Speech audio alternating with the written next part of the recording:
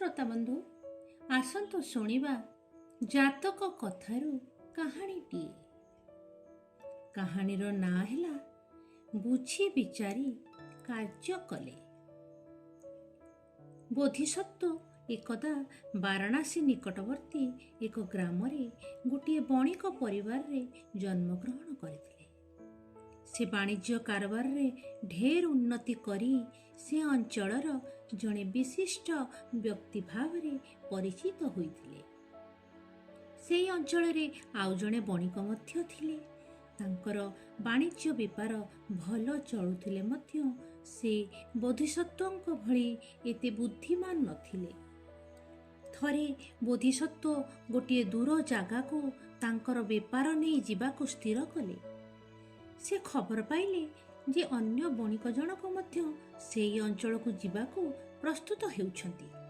ତେଣୁ ସେ ସେହି ବଣିକଙ୍କୁ ଡାକି କହିଲେ, ଭାଇ, ଗୋଟିଏ ଅଞ୍ଚଳକୁ ଏକ ସମୟରେ 2 ଜଣ ବଣିକ ବେପାର କରିବାକୁ ଯିବା ଠିକ୍ ହେବ ନାହିଁ। ତା ଫଳରେ ପ୍ରତିଯୋଗିତା ବଢ଼ିବ, ଜିନିଷପତ୍ରର ମୂଲ୍ୟ କମାଇବାକୁ ପଡ଼ିବ, ଲାଭ କମିଯିବ। ଆମେ 2 ଜଣଙ୍କ ମଧ୍ୟରୁ କେହି ଜଣେ ଆଗେ ଯାଉ। ସେ ଫେରି ଆସିବା ପରେ କିଛି ଦିନ ଅନ୍ତରରେ ଆଉ ଦିନେ ଯିବ। ବୋଧିସତ୍ତ୍ୱଙ୍କ କଥାରେ ଅନ୍ୟ ବଣିକ ଜଣକ ରାଜି ହୋଇଗଲେ ଏବଂ ମନେ ମନେ ଭାବିଲେ ସେ ଆଗେ ଗଲେ ତାଙ୍କର ଅଧିକ ଲାଭ ହେବ। ପଛରେ ଗଲେ ହୁଏତ ତାଙ୍କର ବ୍ୟବସାୟ ଏତେ ଭଲ ହେବ ନାହିଁ। ବୋଧିସତ୍ତ୍ୱ ମଧ୍ୟ ସେଥିରେ ନାରାଜ ହେଲେ ନାହିଁ। ସେ ଭାବିଲେ, ନୂଆ ଜାଗା, ଅଜଣା ରାଜ୍ୟ, ବାଟଘାଟର ନିରାପତ୍ତା ବିଷୟରେ ଜଣା ନାହିଁ। ତା ଛଡ଼ା ବାଟରେ ଖିଆ ପିଆ ଓ ପାଣିର ସୁବିଧା କ'ଣ ଅଛି ସେ ବିଷୟରେ ମଧ୍ୟ ସେ ଜାଣନ୍ତି ନାହିଁ। ତେଣୁ ଅନ୍ୟ ବଣିକ ଜଣକ ଆଗତୁରା ଚାଲିଗଲେ ବାଟଘାଟର ସୁବିଧା ଅସୁବିଧା, ଅନ୍ୟାନ୍ୟ ଭଲ ମନ୍ଦ ଖବର ଜାଣିପାରିବେ। ଫଳରେ ସେ ସେହି ଅନୁସାରେ ସତର୍କ ହୋଇଯିବେ। ସେହି ଅନୁସାରେ ଅନ୍ୟ ବଣିକ ଜଣକ ନିଜର ମାଲବାହୀ ଶଗଡ଼ଗୁଡ଼ିକ, ବେପାର ଜିନିଷ ଲଦି, ବାଟରେ ପିଇବା ପାଇଁ କିଛି ପାଣି ନେଇ ନିଜର ଲୋକମାନଙ୍କ ସହ ଚାଲିଲେ। ଅନେକ ଦୂର ଯିବା ପରେ ବାଟରେ ଗୋଟେ ମରୁଭୂମି ପଡ଼ିଲା। ସେହି ମରୁଭୂମିରେ ଗୋଟିଏ ଯକ୍ଷ ତାର ଦଳବଳ ସହ ବାସ କରୁଥାଏ। ସେ ବାଟରେ ଯେଉଁମାନେ ଯାଆନ୍ତି କୌଶଳ କରି ସେମାନଙ୍କୁ ମାରି ଖାଇଯାଏ। ବଣିକ ଜଣଙ୍କୁ ଦେଖି ଯକ୍ଷ ଭାବିଲା, ଯଦି ଏମାନଙ୍କ ନିକଟରେ ଥିବା ଜଳତକ କୌଣସି ପ୍ରକାରେ ନଷ୍ଟ କରିଦିଆଯାଇ ପାରନ୍ତା, ତେବେ ସେମାନେ ଶୋଷରେ ଛଟପଟ ହୋଇ ମରନ୍ତେ। ସେ ସମସ୍ତଙ୍କୁ ଆମେ ଖାଇଯାଆନ୍ତୁ। ଏଇଆ ଭାବି ଯକ୍ଷରାଜ ମାୟାରେ ଗୋଟେ ମଣିଷ ରୂପ ଧରିଲା। ଦେହରେ ଓଦା ଜୁଡ଼ୁବୁଡ଼ୁ ପୋଷାକ, ହାତରେ ଗୋଟିଏ କଇଁଫୁଲ। ସେ ଆସି ବଣିକ ଦଳଙ୍କ ଆଗରେ ଠିଆ ହୋଇଗଲା। ପଚାରିଲା, ଆପଣମାନେ ଏତେ ଗୁଡ଼ିଏ ଶଗଡ଼ ଓ ଏତେ ଲୋକ ନେଇ କୁଆଡ଼େ ଯାଉଛନ୍ତି? ବଣିକ ଦଳର ନେତା ଉତ୍ତର ଦେଲେ, ମୁଁ ମୋର ବେପାର ଜିନିଷ ନେଇ ମରୁଭୂମିର ଅପର ପାର୍ଶ୍ୱରେ ଥିବା ରାଜ୍ୟକୁ ବ୍ୟବସାୟ କରିବାକୁ ଯାଉଛି। ଯକ୍ଷରାଜ କହିଲେ, ତାହା ତ ଭଲ କଥା, ତେବେ ଏତେ ଗୁଡ଼ାଏ ମାଠିଆରେ ପାଣି ଭର୍ତ୍ତି କରି କାହିଁକି ନେଉଛନ୍ତି? ଏ ପାଣିକୁ କ'ଣ ବିକ୍ରି କରିବାକୁ ନେଉଛନ୍ତି? ବଣିକ କହିଲେ, ବାଟରେ ହୁଏତ କେଉଁଠି ପାଣି ମିଳିବ କି ନାହିଁ, ସେଇଥିପାଇଁ କିଛି ପାଣି ସାଙ୍ଗରେ ନେଇ ଯାଉଛୁ। ତାହା ନହେଲେ ଏତେ ଗୁଡ଼ିଏ ଲୋକ, ତାହା ସହିତ ଏତେ ବଳଦ, ଏମାନେ କ'ଣ କରିବେ? ମାୟାବୀ ଯକ୍ଷ ଖୁବ୍ ଜୋରରେ ହସିଲା। କହିଲା, ଆପଣ କେଡ଼େ ଓଲୁ! ଆଉ ମାତ୍ର କିଛି ବାଟ ଦୂରରେ ସୁନ୍ଦର ସୁନ୍ଦର ଜଳପୂର୍ଣ୍ଣ ପୋଖରୀମାନ ଅଛି। ସେଠାରେ କଇଁଫୁଲମାନ ଫୁଟିଛି। ତା ଛଡ଼ା ସେ ଅଞ୍ଚଳରେ ଏବେ ପ୍ରବଳ ବର୍ଷା ହେଉଛି। ଆପଣ ବୃଥାଟାରେ ଏତେ ଗୁଡ଼ାଏ ଜଳ କାହିଁକି ବୋହି କରି ନେଉଛନ୍ତି?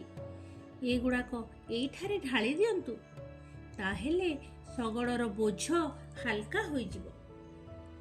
ଯକ୍ଷ କଥାରେ ବିଶ୍ୱାସ କରି ବଣିକ ନେତା ତାଙ୍କ ଲୋକମାନଙ୍କୁ ଆଦେଶ ଦେଲେ ସବୁ ପାଣି ତଳେ ଢାଳି ଦେଇ ମାଠିଆ ଖାଲି କରିଦେବାକୁ। ଯକ୍ଷ ଏକଥା ଦେଖି ମନେ ମନେ ଖୁସି ହୋଇ ଚାଲିଗଲା। କିନ୍ତୁ ପାଣି କାହିଁ? ମରୁଭୂମିରେ ଖାଲି ଶୁଖିଲା ବାଲି, ଟୋପାଏ ହେଲେ ପାଣିର ଚିହ୍ନ ନାହିଁ। ଆକାଶରୁ ବୁନ୍ଦାଏ ହେଲେ ବର୍ଷା ମଧ୍ୟ ପଡ଼ିବାର ନାହିଁ।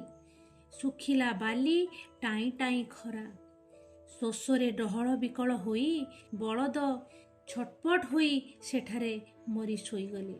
ତାପରେ ଯକ୍ଷ ଦଳ ତାଙ୍କ ଉପରେ ଝପଟି ପଡ଼ିଲେ। ଭିନ୍ ଭିନ୍ କରି ତାଙ୍କ ମାଂସ ଖାଇଗଲେ। ଖାଲି ପଡ଼ି ରହିଲା ତାଙ୍କର ଶୁଖିଲା ହାଡ଼ ଗୁଡ଼ିକ।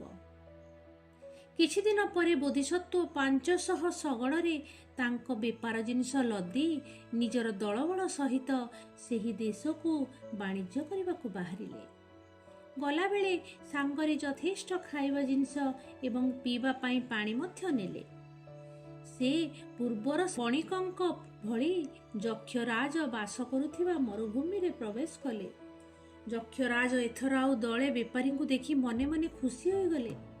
ସେ ଭଦ୍ରଲୋକ ବେଶରେ ଓଦା ଜୁଡ଼ୁବୁଡ଼ୁ ପୋଷାକ ଓ ହାତରେ ପୂର୍ବ ଭଳି କଇଁ ଫୁଲ ଧରି ତାଙ୍କ ଆଗରେ ଯାଇ ଠିଆ ହୋଇ ଅଭିନୟ କରି ସେହି କଥା କହିଲେ। ମରୁଭୂମିର ଅଳ୍ପ ଦୂରରେ ସୁନ୍ଦର ସୁନ୍ଦର ଜଳପୂର୍ଣ୍ଣ ପୋଖରୀମାନ ଅଛି ଏବଂ ସେ ପାଖରେ ପ୍ରବଳ ବର୍ଷା ହେଉଛି।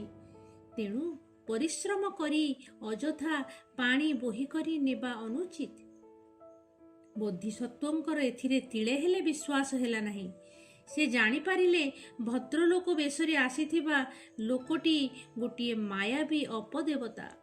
କାରଣ ତାର ଛାଇ ମାଟିରେ ପଡ଼ୁନଥିଲା। ସେ ତେଣୁ ଯକ୍ଷର କଥାରେ କାନ ନ ଦେଇ ବୁନ୍ଦାଏ ହେଲେ ପାଣି ଯେପରି କେହି ନଷ୍ଟ ନ କରେ ସେଥିପାଇଁ ନିଜର ଲୋକମାନଙ୍କୁ ସତର୍କ କରାଇ ଦେଇ ଆଗକୁ ଚାଲିଲେ। ବୋଧିସତ୍ତ୍ୱଙ୍କ ସାଙ୍ଗମାନେ କିନ୍ତୁ ମନେ ମନେ ଭାବିଲେ, ଯଦି ମରୁଭୂମିର ଅଳ୍ପ ଦୂରରେ ଯଥେଷ୍ଟ ପାଣି ଅଛି ଏବଂ ସେ ପଟରେ ପ୍ରବଳ ବର୍ଷା ହେଉଛି, ପୋଖରୀରେ କଇଁ ଫୁଲ ଫୁଟିଛି, ତେବେ କଷ୍ଟ କରି ପାଣି ଭରା ମାଠିଆ ଗୁଡ଼ାକ ସାଙ୍ଗରେ ବୋହିବା କ'ଣ ଦରକାର? ବୋଧିସତ୍ତ୍ୱ ସେମାନଙ୍କ ମନର କଥା ଜାଣିପାରି କହିଲେ, ତୁମେମାନେ କ'ଣ ଭାବୁଛ?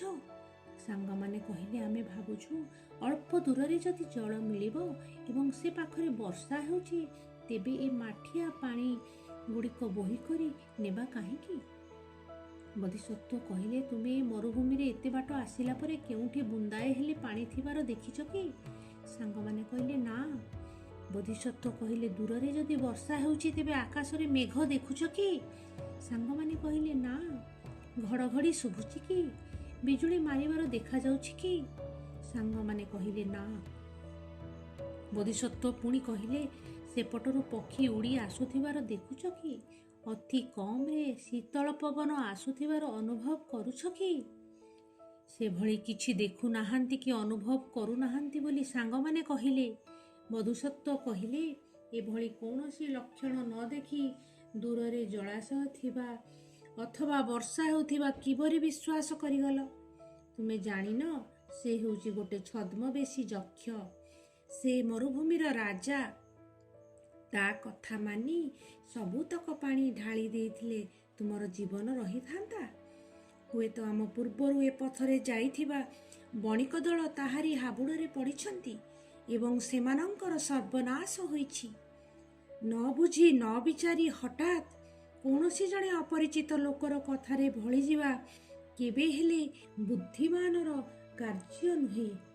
ଏହା କହିବା ପରେ ସେ ତାଙ୍କ ସାଙ୍ଗମାନଙ୍କୁ ନେଇ ଆଗେଇଲେ।